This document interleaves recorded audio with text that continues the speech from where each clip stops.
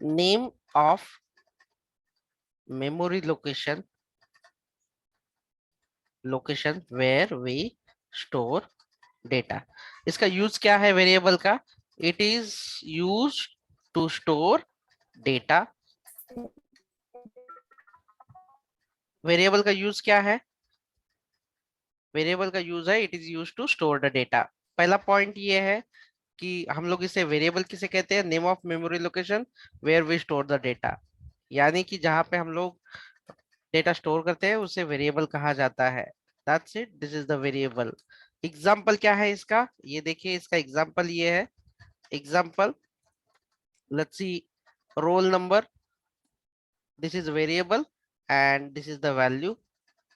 Email, this is the email is a variable and this is its value, this is the data. हाँ, तो क्या आप लोगों को समझ में आया कि वेरिएबल क्या है एंड किस लिए यूज किया जाता है? Any difficulties? Quick response? No, sir. No, sir. Okay, so what are the data type? As per the data type means कि अलग अलग कैटेगरी के डेटा होते हैं, उस तरह से अगर हम लोग डिसाइड करेंगे तो कौन से डेटा टाइप है वो हमें पता होना जरूरी है। तो जैसे कि नंबर, अलग अलग तरह के नंबर होते हैं। स्ट्रिंग है, बुलियन वैल्यू है, ठीक है, नल है, जावास्क्रिप्ट में नल है, अनडिफाइंड Undefined. अनडिफाइंड है। These are the data type. Number कौन सा है?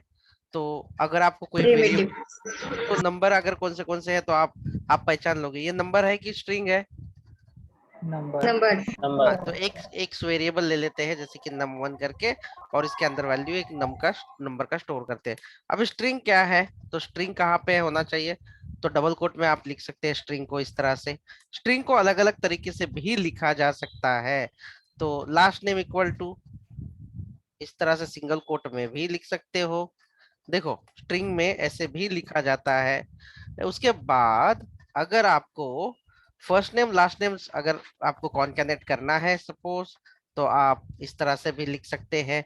ये टिक वाला जो है ना, ये टिक, फर्स्ट टिक वाला है, ये लिख सकते हैं आप। जैसे कि ये टिक वाला कब यूज करते हैं? जब आपको ये नेम यहाँ पे आपको डिस्प्ले करना हो, तो आप यहाँ पे लिख सकते हैं डॉलर, करली ब्रैकेट, और ये नेम की वैल्यू जो है वो भी दिखाई देगी। एंड ये जो वैल्यू है उसके अंदर जो टिक है, ये वैल्यू जो है ये भी दिखाई देगी। प्लस आप जो भी चीजें आप दिखाना चाहते हो जैसे कि लास्ट नेम, तो इस तरह से भी दिखा सकते हो। देखो, ये तीसरा वाला मैंने इसलिए लिया है ताकि आगे हम लोग इस्तेमाल करने वाले हैं ये टिक वाला। अगर मुझे लगता है कि ये जो नेम है, ये वेरिएबल की वैल्यू मैं इस स्ट्रिंग में स्टोर कर सकूं, तो ये भी एक तरीका है। तो कैसे तरीका है? ये टिक है, जो कीबोर्ड में जो टिल्डा ऐसा वेव जैसा साइन है वो वाला साइन है, डॉलर, करली ब्रैकेट, एंड ये वेरिएबल का नाम आप यहाँ पे ले सकते हैं। तो तीनों ऑप्शंस है जो आगे हमें, ये तीनों अलग अलग तरीके से हमें ये यूज करने हैं, तो ये भी हम लोग यूज कर लेंगे टिक के साथ। तो ऐसे भी आपको ध्यान देना है। बुलियन, बुलियन के अंदर जैसे कि अगर आपको कहीं पे ट्रू एंड फॉल्स वाला ही अगर आपको रिटर्न कर देखना है, जैसे कि इज पास, अगर कोई पास है तो या तो वो ट्रू होगा या तो फेल्ड होगा। तो इस तरह से जो बुलियन वैल्यू होगी ये इसके अंदर होगी, ठीक है।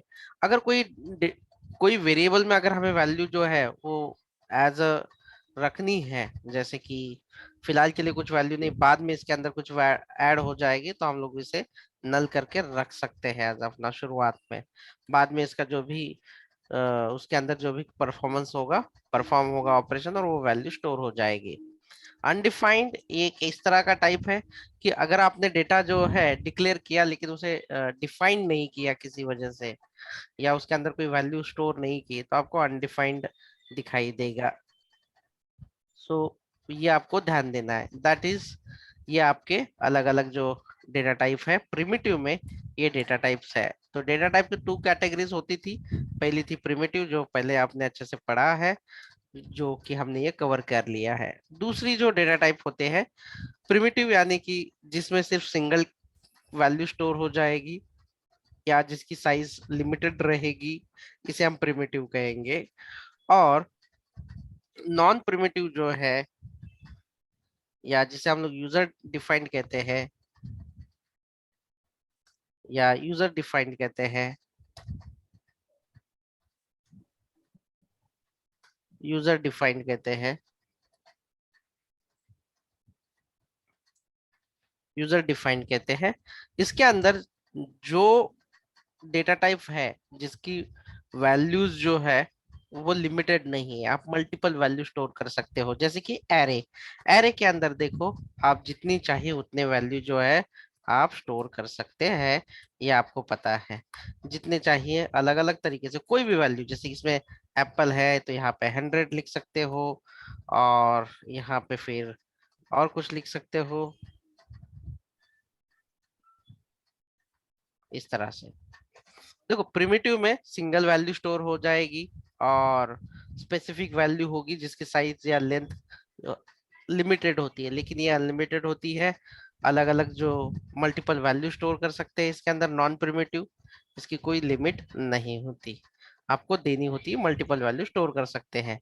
जैसे कि इसे कहते हैं हम लोग एरे, और भी है जिसे हम लोग कहते हैं ऑब्जेक्ट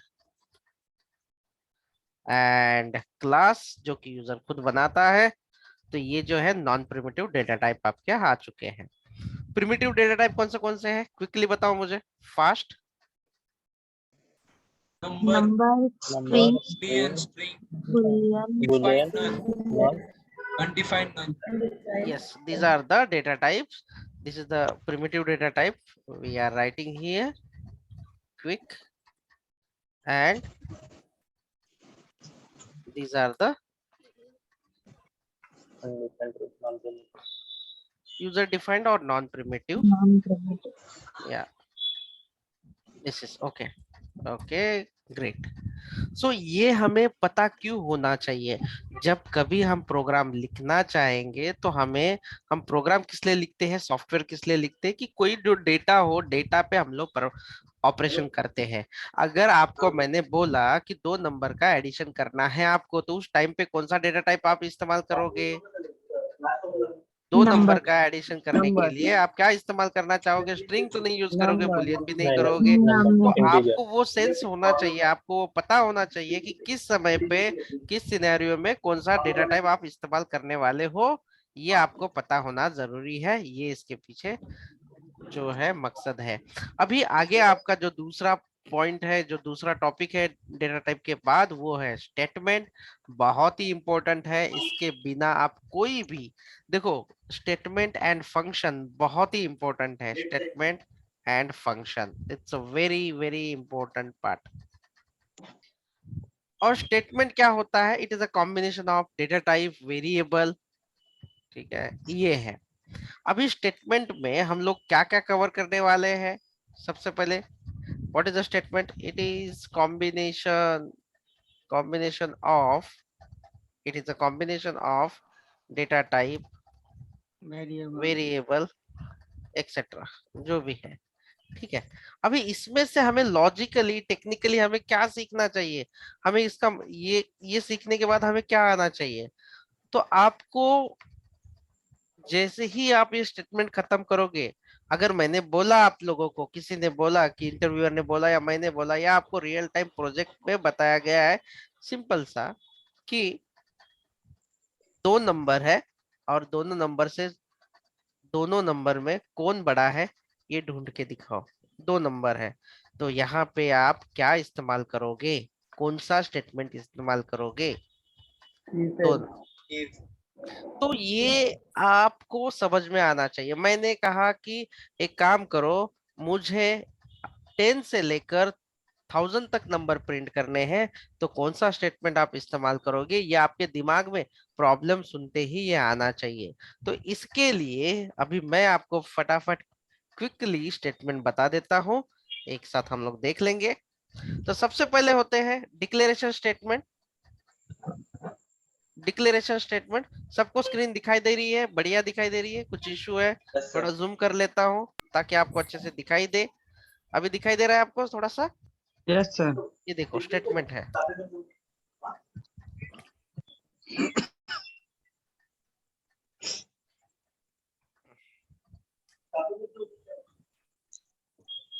ये है आपका डिक्लेरेशन स्टेटमेंट। और डिक्लेरेशन स्टेटमेंट किसे कहते हैं तो ये भी आप देख लीजिए। When we declare a variable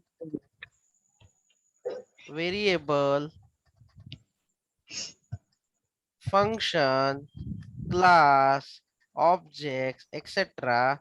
That statement we call declaration statement.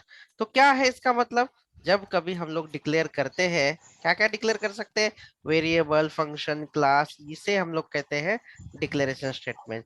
जैसे कि आप ऐसे डिक्लेयर करते हो var num1 var num2, तो इसे क्या कहेंगे हम लोग, इसे कहेंगे हम लोग डिक्लेरेशन स्टेटमेंट। एग्जाम्पल के लिए ये कहेंगे हम डिक्लेरेशन स्टेटमेंट। ठीक है, ये है आपका डिक्लेरेशन स्टेटमेंट। उसके बाद दूसरा स्टेटमेंट होता है अरिथमेटिक स्टेटमेंट। तो अरिथमेटिक स्टेटमेंट कब होता है, when we perform mathematic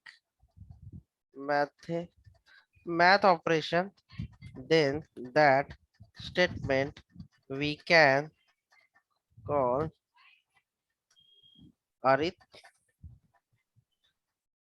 arithmetic statement। ठीक है, तो कब होगा अभी बता देना, 8+2, क्या इसे हम लोग अरिथमेटिक स्टेटमेंट कह सकते हैं। Yes, sir. Yes, sir. Example ये है। तो अभी हमने क्या क्या कवर कर लिया है, यहाँ पे हमने दोनों तरह के जो स्टेटमेंट है वो कवर कर लिए हैं।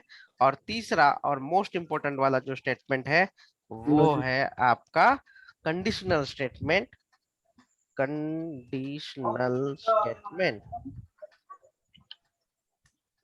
कौन सा इंपॉर्टेंट है, conditional statement. Operators.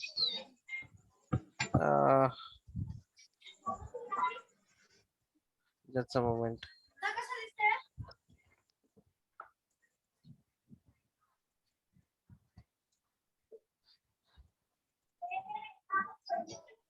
Okay, so this is conditional statement. So what are the conditions? आपके पास अलग अलग कंडीशंस होती है। डिफॉल्ट कंपाइलर का नेचर है कि लाइन बाय लाइन कोड को एग्जीक्यूट करे। जैसे कि for example console dot log किया मैंने और मैंने लिखा हाय,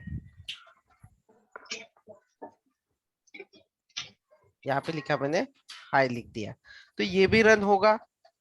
कंसोल डॉट लॉग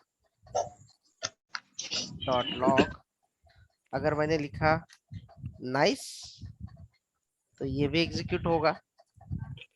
लेकिन अभी आपको क्या करना है, कंपाइलर को बताना है।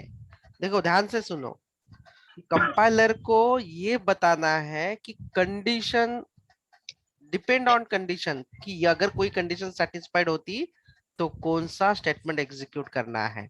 फॉर एग्जांपल अगर मैं आपको बता देता हूं कि यहाँ पे लिखा मैंने पास और यहाँ पे लिखा हुआ है फेल्ड, तो कोई स्टूडेंट जो है एक साथ दोनों हो सकता है क्या, नहीं सर, if else यूज कर लेंगे। कोई भी स्टूडेंट दोनों एक साथ नहीं हो सकता। तो हमें कंपाइलर को बताना है कि कौन सा स्टेटमेंट कब एग्जीक्यूट करना है। तो इसके लिए हेल्प करता है हमें, क्या क्या हेल्प किया जाता है, तो सबसे पहले देखिए इसके अंदर है ब्रांचिंग और दूसरा है इटरेशन या जिसे हम लोग कहते हैं लूपिंग। सो सबसे पहले ब्रांचिंग के अंदर हम लोग देखेंगे if else if ladder then switch case these three। तो ये आपको समझना है ब्रांचिंग के अंदर कि कब ये इस्तेमाल करना है, कब ये इस्तेमाल होगा और कब स्विच केस यूज होगा। एंड इटरेशन के अंदर जब कभी ब्रांचिंग में क्या है कि अगर कोई कंडीशन ट्रू होती है तो कौन सा ब्लॉक एग्जीक्यूट होगा, अगर फॉल्स होती है तो कौन सा ब्लॉक एग्जीक्यूट होगा, ये सारी चीजें इसके अंदर होगी। अभी आप लोग मुझे बताओगे कि अगर मैंने सपोज यहाँ पे लिखा है मार्क इक्वल टू 90, ठीक है, और यहाँ पे मैं लिखता हूँ एक कंडीशन, तो कैसे लिखा जाता है, if mark greater than 40, then ये वाला जो ब्रैकेट है, ये ब्लॉक है, उसके बाद लिखता हूँ एल्स, ये वाला जो ब्लॉक है इसके अंदर मैं लिखता हूँ कंसोल डॉट लॉग पास और console dot log dot log file fail, ठीक है।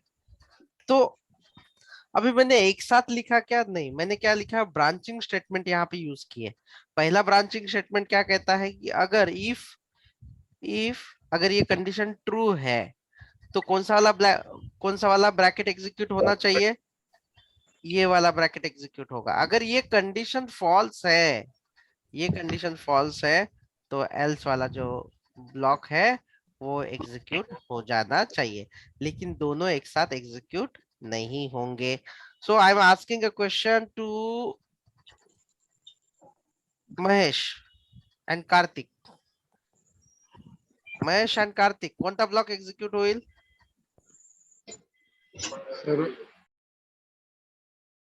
सो मार्क ग्रेटर देन कितना है, 80 है। अगर 80 है तो ये क्या प्रिंट करेगा, ऑब्वियसली ये प्रिंट करेगा ए ग्रेड। अब इसके बाद ठीक है, उसके बाद अगर मार्क 70 है, मार्क ग्रेटर देन 70 है, तो ये क्या प्रिंट करेगा, ये प्रिंट करेगा आपका बी ग्रेड, ठीक है। फिर उसके बाद मार्क ग्रेटर देन है 60, तो ये पास करेगा सी ग्रेड प्रिंट करेगा।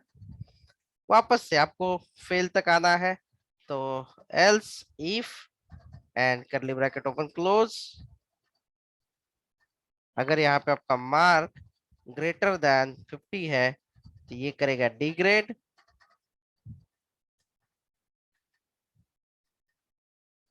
Else if mark greater than 40 है तो ये प्रिंट करेगा ई, और फाइनली उस 40 से भी कम रहेगा तो वो फेल्ड पे आ जाएगा। चलो ये आपको, अगर आपको लिखा है 30 20, आप जितना चाहे मर्जी उतना एलसीफ यूज कर सकते हो। आपकी जितनी रिक्वायरमेंट है उतने आप एलसीफ का इस्तेमाल कर लोगे, ठीक है। रियल टाइम में आपको यही इस्तेमाल करना है। तो आपको जैसे ही कोई प्रॉब्लम दिखाई दे तो आपको ये समझना जरूरी है कि अगर सिंगल कंडीशन है तो इफ एल्स आप यूज करोगे, अगर मल्टीपल कंडीशन आपको लिखने का काम हो सकता है तो वहां पे एल्सिफ लैडर का आप इस्तेमाल करोगे। ये आपको पता होना जरूरी है, ये आइडेंटिफाई करना बेहद जरूरी है। चलिए उसके बाद है स्विच केस। तो स्विच केस भी मल्टीपल कंडीशंस के लिए इस्तेमाल किया जाता है, लेकिन एग्जैक्ट मैच के लिए, रेंज के लिए नहीं। अभी यहाँ पे हमने क्या लिखा कि मार्क की वैल्यू 90 से ज्यादा, 90 से ज्यादा, मतलब 91 हो सकती है, 92 हो सकती है, 93, 100, 200, 300, 1000, ये हो सकता है। तो इस सिनेरियो में जब रेंज होती है तो इस सिनेरियो में हम लोग जो है ब्रांचिंग का ये स्टेटमेंट हम लोग यूज करते हैं मोस्ट ऑफ द करके। लेकिन स्विच केस हम लोग मोस्ट ऑफ द सिनेरियो में इस्तेमाल करते हैं एग्जैक्ट मैच के लिए। जैसे कि अगर अगर किसी ने 1 प्रेस किया, जैसे कि हम लोग गैस बुकिंग करना है या किसी कस्टमर केयर को कॉल करते हैं, तो वो लोग लिखते हैं प्रेस 1 फॉर हिंदी, इस तरह से आता है 2 फॉर इंग्लिश, 3 फॉर मराठी, 3 मराठीसाठी 3 दाबा, ऐसे बोलते हैं। तो मतलब अगर 1 रहेगा तो ही ये होगा, 2 होगा तो यही होगा, 3 होगा तो ये होगा। ऐसे नहीं बोला जाएगा कि 3 ग्रेटर देन 3, लेस देन 3, इस तरह से नहीं। एग्जैक्ट मैच रहेगा for this 1, for this 2, for this 3। For example, A for apple, B for ball, C for cat. अगर डेज नंबर ऑफ डे है तो first month is January, second is February, third is March, fourth is April. तो वो जो scenario होगा इस kind of, you need to use switch case. अभी अगर किसी ने बोला है आप लोगों को कि मुझे एक ऐसा ऐसा फंक्शन लिखना है या कुछ ऐसा लिखना है कि वेज नॉन वेज मेन्यू दिखाने हैं आपको, तो आप क्या यूज करोगे? इफ एल्स यूज करोगे या स्विच केस यूज करोगे? ये आपको डिसाइड करना आना चाहिए। जैसे स्विच कि केस यूज करेंगे सर। अगर 1 प्रेस करेंगे तो वेज वाले मेन्यू दिखेंगे, 2 प्रेस करेंगे तो नॉन वेज वाले मेन्यू दिखेंगे। वापस से 1 प्रेस करोगे तो दाल, 2 प्रेस करोगे तो राइस, 3 प्रेस करोगे तो चिकन, 4 प्रेस करोगे तो मटन। ऐसे अलग अलग जो मेन्यू है जिसे हम लोग मेन्यू ड्रिवन कहते हैं, यानी ये चीज प्रेस करने से ये होगा। तो इस केस में आपको स्विच केस का इस्तेमाल करना है, ये बहुत जरूरी है। तो चलिए स्विच केस का एक सिंटैक्स लिखते हैं। स्विच केस के लिए आपको लिखना है स्विच, ऑल स्मॉल है, करली bracket open, curly bracket close. और जितने भी आपको केसेस लिखने हैं, जैसे कि केस अगर मुझे 1 लिखना है, कोलन एंड ब्रेक कर देना, दैट्स इट। केस 2, मेरे किस केस में 3 है, 1 2 3 है, तो मैं यहाँ पे 3 लूंगा। Case 3 and break and default, अगर कोई भी कंडीशन मैच नहीं हुई तो ये वाली चीज होनी ही होनी है। तो केस अगर 1 है तो कौन से डेटा में? For example C H equal to 1। तो आप मुझे बताओ अभी सी एच इक्वल टू 1। अगर मैं यहाँ पे सी एच प्रेस करता हूँ, ठीक है, यहाँ पे मैं कुछ और कर देता हूँ, जैसे कि ए कर देता हूँ, और आप सब लोगों को ये जो है ये डबल कोट में लेता हूँ, ठीक है, ताकि आपको कंफ्यूजन ना हो। चलो ए फॉर नहीं, मैं अभी ए फॉर एप्पल कर देते हैं। अगर ए है नंबर का तो आपको आसानी से आएगा। B for ball, C for cat. और यहाँ पे मैं लॉजिक लिखूंगा मेरा, जो भी आपको लिखना है। Console dot log A for Apple.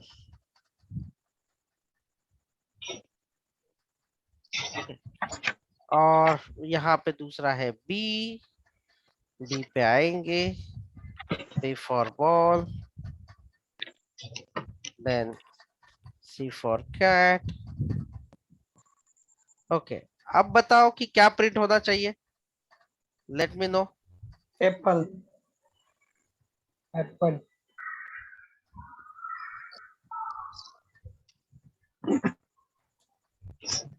अब बताओ क्या प्रिंट होना चाहिए? Cat. Invalid choice. Invalid choice. जिसने इनवैलिड। हाँ, जिसने सी देखा ना वो हो सकता है रॉन्ग है। ये क्या होगा अभी बताओ? इनवैलिड। देखो स्विच लिखा पैरेंथेसिस में, जिसमें डेटा है वो वेरिएबल ले लिया, curly bracket open, curly bracket close, और इसके अंदर आपको जितने ही case and break, case and break, case and break, अगर आपके पास 100 केसेस है तो आप 100 ये ऐसे केस ब्रेक और इसके अंदर का जो लॉजिक है वो आप लिख सकते हैं। So we have finish our branching part. हमने क्या किया है? ब्रांचिंग वाला पार्ट जो है फिनिश कर लिया है। अभी लूपिंग वाला पार्ट। लूपिंग का पार्ट क्या है कि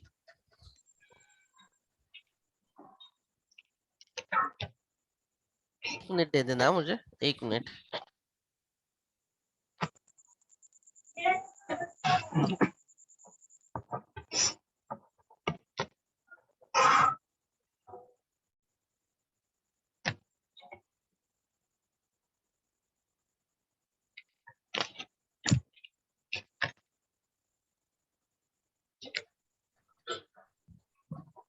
चलो कैलेंडर भरा पड़ा हुआ है मेरा, 9:45 का कॉल है, ठीक है। तो मैं लूपिंग वाला आप लोगों को बता देता हूँ। तो लूपिंग वाला ये है कि ये तब तक चलेगा जब तक कि इसकी कंडीशन फॉल्स ना हो।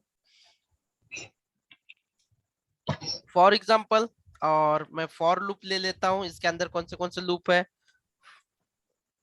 For loop, while loop, do while, while loop for while loop, and do while loop, do while. ठीक है। तो फॉर लूप में तीन चीजें होनी बहुत जरूरी है, या तीनों इसमें अभी तीन चीजें ले सकते हैं, स्टार्टिंग, एंडिंग एंड इंक्रीमेंट और डिक्रीमेंट। तो मैं यहाँ पे लिखता हूँ फॉर INTI, या जो भी आपको कुछ लिखना है, जैसे कि num1 इक्वल टू, ये इसकी स्टार्टिंग हो चुकी है। और अगर आप ऐसे भी लिखते हैं तो कोई फर्क नहीं पड़ेगा, नंबर लिख सकते हैं num इक्वल टू 1। इसकी शुरुआत कितनी हुई है? num equal to 1। एंड कब तक होगा?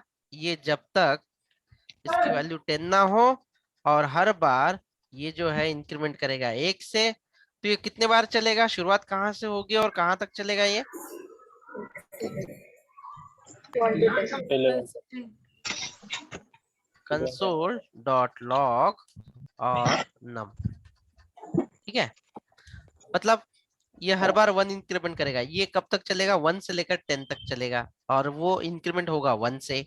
मतलब 1 2 3 4 5 6 7 8 9 10 तक ये चलते ही जाएगा, चलते ही जाने वाला है ये चीज। Any question, any doubt till now? तो आप लोगों को ये जो है ये प्रैक्टिस करनी है अच्छे से, और सारी चीजें आपको करनी होगी, ठीक है।